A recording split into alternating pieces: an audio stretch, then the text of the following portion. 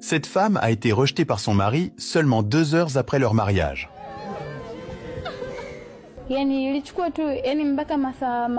Oui, vous avez bien entendu. Après avoir promis de rester ensemble pour toujours, dans les bons comme dans les mauvais moments, en santé comme en maladie, ils ont signé les papiers de divorce le même jour. Nous sommes allés à l'hôtel pour notre lune de miel ce soir-là. Après avoir pris une douche, nous avons commencé à déballer les cadeaux. Cependant, j'étais remplie de peur à l'idée de faire face aux conséquences de mes mensonges. En raison des erreurs qu'elle a commises lorsqu'elle était plus jeune et de son refus de dire la vérité à son mari, elle a décidé de se confesser quand il était déjà trop tard. Lorsque l'homme a tout découvert, il n'y avait plus rien à tolérer et aucune autre option que de divorcer. Parce que l'homme avec qui elle allait vivre était très riche. Cette femme aurait pu mener une vie confortable que tout le monde envie. Cependant, à cause de ses erreurs, elle doit maintenant vendre du poisson pour subvenir à ses besoins et élever son enfant. J'ai essayé de le contacter, mais chaque fois que je le voyais, il refusait d'écouter, me traitant de serpent et me disant d'arrêter de le poursuivre. Comment est-ce possible? Qu'a fait cette femme pour que leur mariage dure moins de 2 heures? Le plus surprenant, c'est que de nombreuses femmes commettent des erreurs similaires qui ont conduit cette femme à sa situation actuelle. Pour trouver des réponses à ces questions et tirer des leçons précieuses de son expérience, écoutons toute son histoire.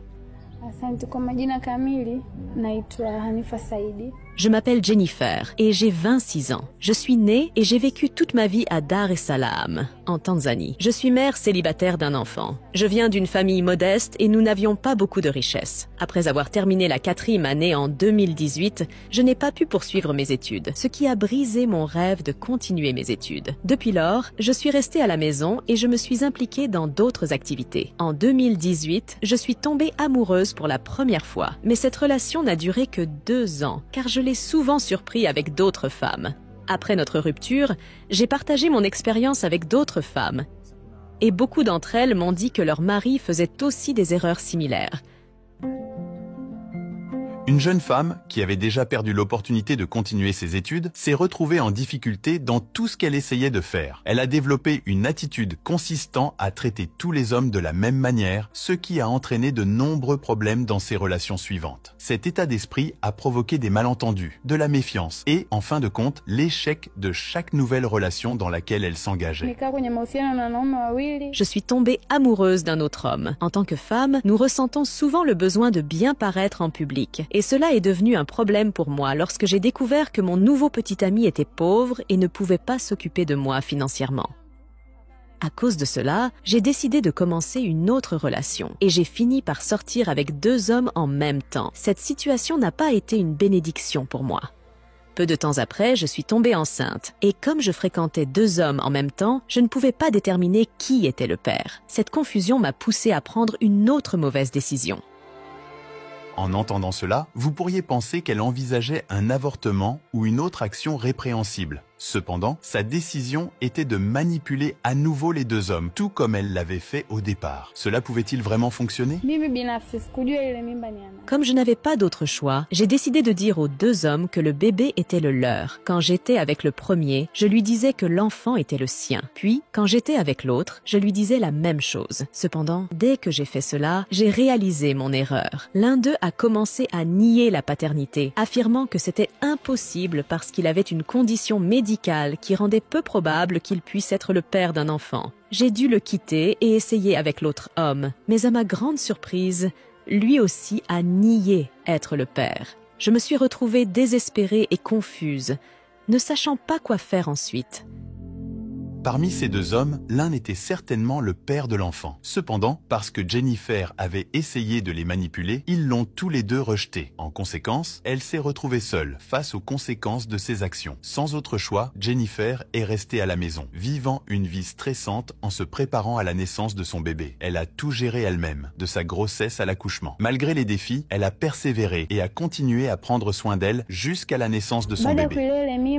Après avoir accouché, j'ai commencé à élever mon mon enfant sans l'aide du père. C'était très difficile, mais comme Dieu pourvoit à chaque enfant, nous avons réussi à nous en sortir. Finalement, j'ai trouvé un emploi dans la vente de vêtements, ce qui m'a aidé à retrouver ma confiance et mon apparence. Plus tard, j'ai rencontré un autre homme qui m'aimait vraiment et nous sommes tombés amoureux l'un de l'autre. Cet homme était très riche. Quand nous nous sommes rencontrés, nous avons parlé et appris à nous connaître. Cependant, j'ai fait une grosse erreur. Quand il m'a demandé des détails sur mon passé, je ne lui ai pas dit la vérité. Je lui ai dit que j'étais célibataire et qu'il était le premier homme avec qui j'avais des conversations romantiques, cachant le fait que j'avais un enfant. Pendant cette période, je laissais mon bébé à la maison pendant que j'allais travailler le matin et revenais le soir. Après une longue journée de travail, je m'occupais de mon bébé. Elle a commencé à tomber amoureuse de cet homme et sa vie a changé considérablement car il était riche et lui donnait beaucoup d'argent pour prendre soin d'elle et de son enfant en secret car il ne connaissait pas la vérité. Il n'a jamais su pour l'enfant et était une personne très paisible. Il faisait totalement confiance à Jennifer et ne la considérait jamais comme une menteuse, croyant tout ce qu'elle lui disait. Cependant, Jennifer faisait une erreur à chaque étape. Une erreur qui aurait de graves conséquences pour elle à l'avenir.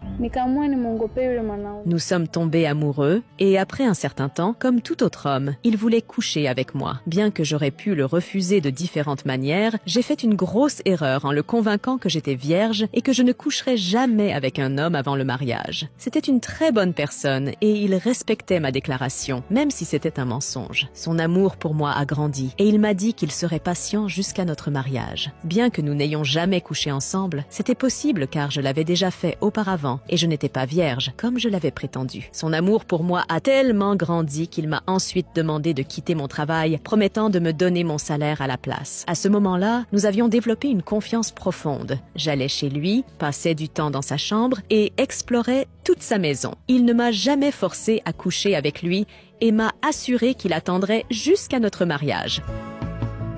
L'homme croyait avoir trouvé une perle rare, car trouver une vierge, surtout de nos jours, est rare. Il pensait avoir trouvé la femme parfaite. Au fil du temps, ils ont finalement atteint le jour où ils ont décidé de vivre ensemble.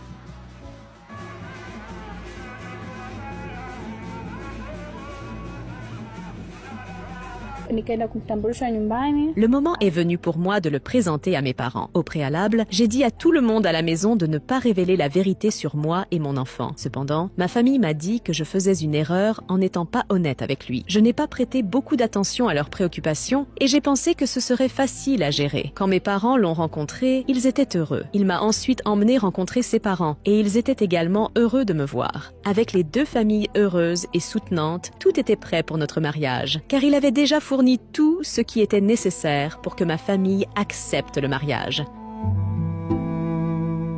Ils ont célébré le mariage avec joie et excitation. Familles et amis dansaient et se réjouissaient et tout le monde était de bonne humeur. Après les festivités, le moment tant attendu est enfin arrivé. Nous nous sommes mariés et le jour de notre mariage, nous sommes allés à l'hôtel pour notre lune de miel. Environ 2 ou 3 heures après le mariage, nous avons quitté le lieu et sommes arrivés à l'hôtel. Après avoir pris une douche, nous avons commencé à déballer les cadeaux. Cependant, j'étais remplie de peur à l'idée de faire face aux conséquences de mes mensonges. J'ai décidé de lui dire la vérité, croyant qu'en tant que mon mari, il comprendrait et me pardonnerait. J'ai initié la conversation et avoué que j'avais menti sur tout. J'ai révélé que j'avais un enfant et partagé qui j'étais vraiment. Il est devenu très en colère et m'a dit que je n'étais pas une femme avec laquelle il pouvait vivre. Il a dit que même si nous restions ensemble, il ne pourrait pas me faire confiance pour être loyal. Juste après cela, il a quitté l'hôtel, me disant que tout entre nous était fini.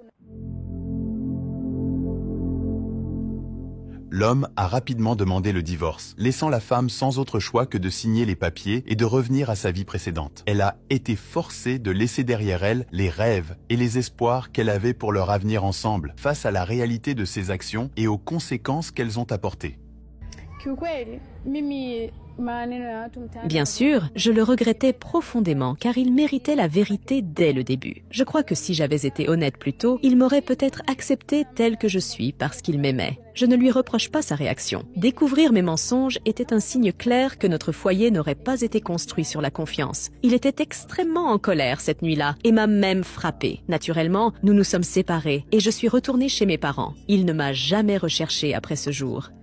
J'ai essayé de le joindre, mais chaque fois que je le voyais, il refusait d'écouter, me traitant de serpent et me disant d'arrêter de le poursuivre. À la maison, ma famille ne voulait initialement pas entendre parler de moi, mais après un certain temps, ils m'ont pardonné. Ses parents étaient également très tristes, mais ils ont accepté mes excuses et m'ont pardonné, contrairement à mon mari. Aujourd'hui, elle est retournée à une vie qu'elle espérait quitter pour toujours. Elle n'a jamais trouvé une autre opportunité de travail stable, alors maintenant elle vend du poisson pour